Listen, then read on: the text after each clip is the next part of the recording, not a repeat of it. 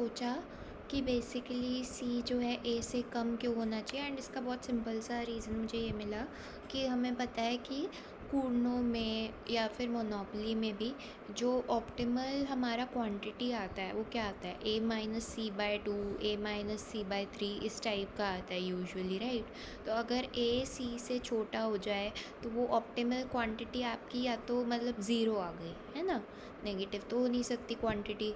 तो so that we get a positive optimal quantity, इसके लिए A should be greater than C. ठीक है, ये चीज़ हो गई 4/3 सी एज आई सेड, ये आगे यूज़ होगा। अब इस रिज़ल्ट को प्रूव करने के लिए हम ऐसे आगे बढ़ते हैं। एक second, just give me a second. तो बेसिकली ये बात कर ली कि ए जो है वो 4/3 सी से जो लेस होगा वो आगे चल के यूज़ होगा, ठीक है। और द थिंग इज़ कि यहाँ पर हम प्रूव करना चाह रहे हैं कि P1 equal to P2 equal to P star हमारा नैश है। तो उसको प्रूव करने के लिए वी कैन अज्यूम कि लेट्स से कि फर्म 1 ने P1 जो है P स्टार के बराबर ही सेट कर लिया। अब हम फर्म 2 के पॉइंट ऑफ व्यू से दिखाना चाह रहे हैं कि P स्टार सेट करना उसका बेस्ट रिस्पॉन्स है टू दिस, क्योंकि अगर म्यूचुअल बेस्ट रिस्पॉन्स हो गया तो नैश हो जाएगा, राइट। तो वो दिखाने के लिए हम दिखाएंगे कि फर्म 2 जो है, अगर फर्म 1 ने P स्टार सेट किया है तो फर्म 2 P स्टार से ज़्यादा भी नहीं चार्ज करेगा और उससे कम भी नहीं चार्ज करेगा। वो दिखाने के लिए व्हाट वी डू इज़ कि फर्स्ट कंसिडर द केस कि फर्म 2 जो है वो चार्ज कर रही है P स्टार से कम, लेट्स से, ताकि वो मार्केट ज़्यादा ले सके, ठीक है। बट द थिंग इज़ कि फर्म 2 अगर P स्टार से कम चार्ज करेगी तो उसको फ़ायदा क्या है, उसको ज़्यादा मार्केट मिल गया, बट वो ऑलरेडी P स्टार पर अपनी पूरी कैपेसिटी बेच पा रहा था, right.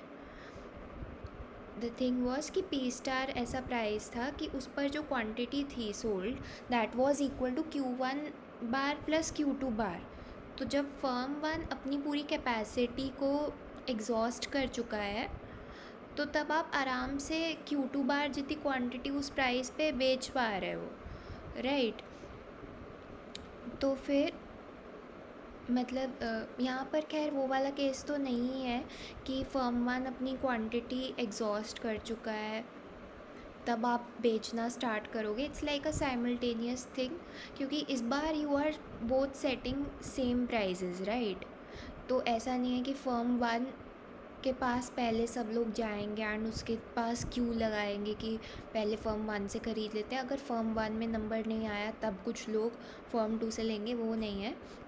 But any way you get the point, right, कि बेसिकली द पॉइंट इज़ कि फर्म 2 जो है वो P स्टार प्राइस पर Q2 बार बेच पा रही है, ठीक है।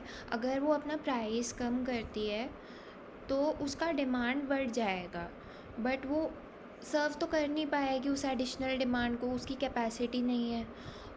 तो फिर उसको बेसिकली अपना प्रॉफिट घटाना ही, मतलब प्राइस गिराने से उसका प्रॉफिट ही घटेगा बस, क्योंकि बेच वो तब भी Q2 बार यूनिट्स रही थी, अभी भी Q2 बार यूनिट्स बेचेगी, अब it's just selling at a lower price.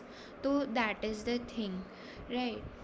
And तो ये बात तो हो गई कि P2 जो है लेस दैन P स्टार, वो तो बिल्कुल भी वर्कआउट नहीं करेगा, वो करेगा ही नहीं, फर्म चाहेगी ही नहीं कि वो P स्टार से कम प्राइस सेटअप करे, ठीक है। अब अगर हम P2 greater than P star भी कंसिडर करते हैं तो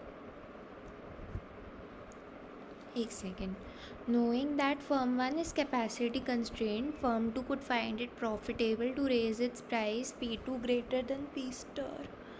हाँ, तो अब हम P2 greater than P star वाला केस कंसिडर करते हैं। Indeed due to firm 1's limited capacity, firm 2 can sell a positive volume at a price above P1, ठीक है।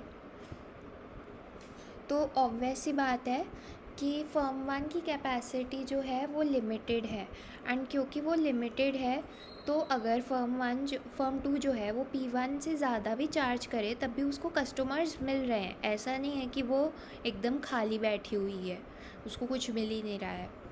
ठीक है, तो अब हमें थोड़ा दिमाग लगाना होगा कि basically why would it not want to charge a price greater than P star.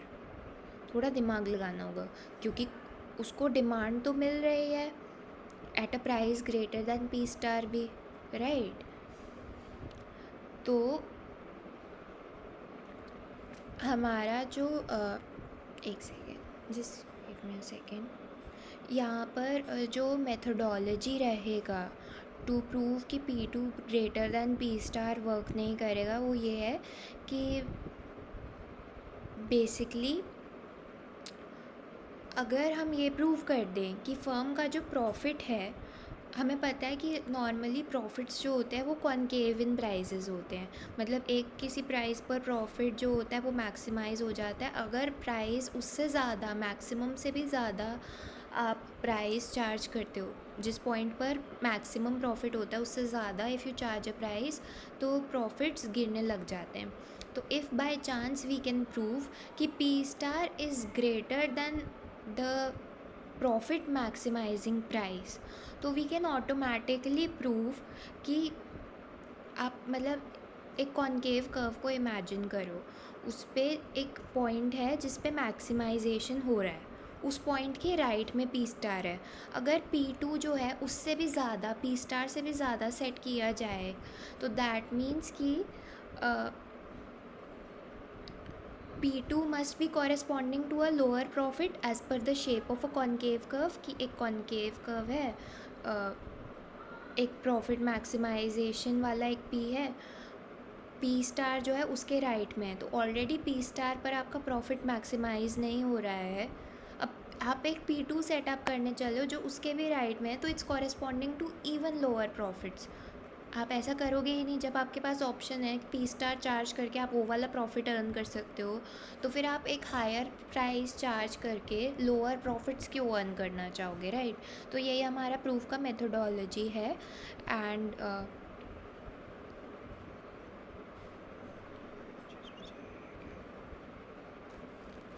अच्छा सॉरी, एक सेकेंड आया।